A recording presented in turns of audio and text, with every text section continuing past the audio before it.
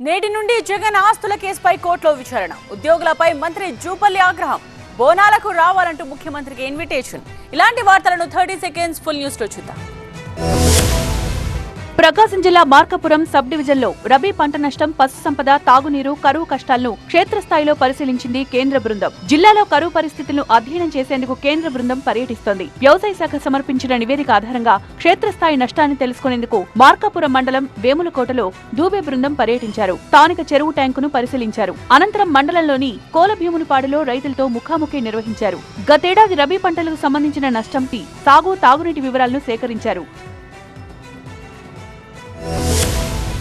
తెలంగాణలో బోనాల జాతరకు రంగం సిద్ధమైంది. వచ్చే నెల 7 నుంచి రాష్ట్ర వ్యాప్తంగా బోనాల సంబరం షురూ కానుంది. తెలంగాణ వ్యాప్తంగా జూలై 7న గోల్కొండ బోనాలతో బోనాల జాతర ప్రారంభమవుతుంది. గోల్కొండ, సికింద్రాబాద్, లాల్ దర్వాజా ఆలయ కమిటీ సభ్యులు ముఖ్యమంత్రి రేవంత్ రెడ్డిని కలిశారు.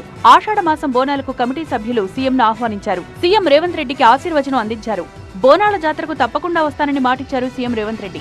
మరోవైపు బోనాల పండుగకు 25 కోట్ల నిధులను మంజూరు చేయనున్నారు. ఈ ఏడాది కొత్తగా అధికారంలోకి వచ్చిన కాంగ్రెస్ ప్రభుత్వం బోనాల పండుగను రంగరంగ వైభవంగా నిర్వహించాలని నిర్ణయించింది.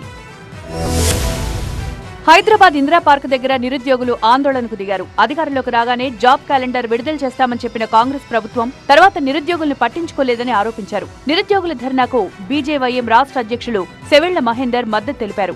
బీజేవైఎం ఆధ్వర్యంలో గత కొన్ని రోజులుగా నిరసన కార్యక్రమాలు చేస్తున్నప్పటికీ సీఎం రేవంత్ రెడ్డి పట్టించుకోవడం లేదన్నారు. ఇప్పటికైనా ముఖ్యమంత్రి రేవంత్ రెడ్డి నిరుద్యోగుల సమస్యలు పరిష్కరించాలని డిమాండ్ చేశారు. లేదంటే రాష్ట్ర స్థాయిలో అన్ని సెంటర్లలో కాంగ్రెస్ ప్రభుత్వానికి వ్యతిరేకంగా ధర్నా కార్యక్రమాలు నిర్వహిస్తామని హెచ్చరించారు.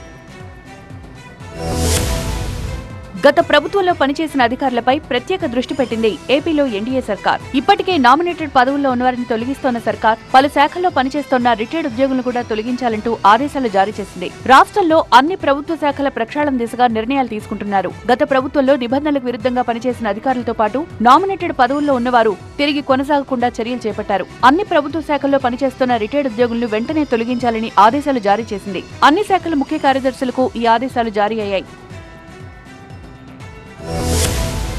వైసీపీ అధినేత, ఏపీ మాజీ సీఎం జగన్ ఆస్తులపై సీబీఐ, ఈడీ కేసుల విచారణ మళ్లీ మొదలైంది. హైదరాబాద్ లోని సీబీఐ కోర్టులో జగన్ పై ఉన్న అన్ని కేసుల విచారణ మళ్లీ ప్రారంభమవుతుంది. సీబీఐ, ఈడీ కేసుల వివరాలను అడిగి తెలుసుకున్నారు నూతన న్యాయమూర్తి.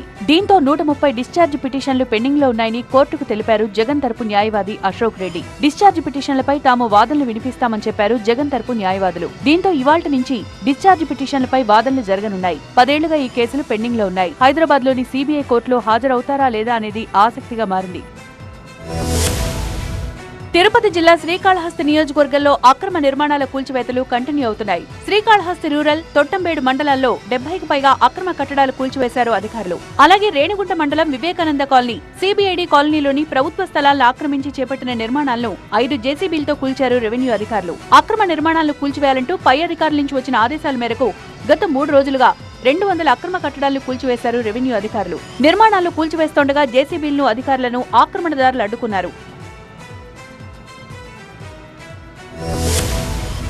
హైదరాబాద్ హిమాయత్ నగర్ లోని పర్యాటక భవన్ ను ఆకస్మిక తనిఖీ చేశారు రాష్ట్ర పర్యాటక సాంస్కృతిక శాఖ మంత్రి జూపల్లి కృష్ణారావు. ఆఫీస్ లో ఖాళీ కుర్చీలు కనిపించడంపై ఆగ్రహం వ్యక్తం చేశారు మంత్రి. ఆఫీస్ కి టైం కి రారా, అంతా మీ ఇష్టమేనా అంటూ అధికారులను నిలదీశారు జూపల్లి కృష్ణారావు. అంతేకాకుండా ఉద్యోగుల అటెండెన్స్ రిజిస్టర్ ను పరిశీలించారు. బయోమెట్రిక్ లో అటెండెన్స్ చెక్ చేశారు. కార్యాలయానికి సమయానికి రాకపోవడం, హాజరు శాతం తక్కువగా ఉండడంపై సిబ్బందిపై ఆగ్రహం వ్యక్తం చేశారు.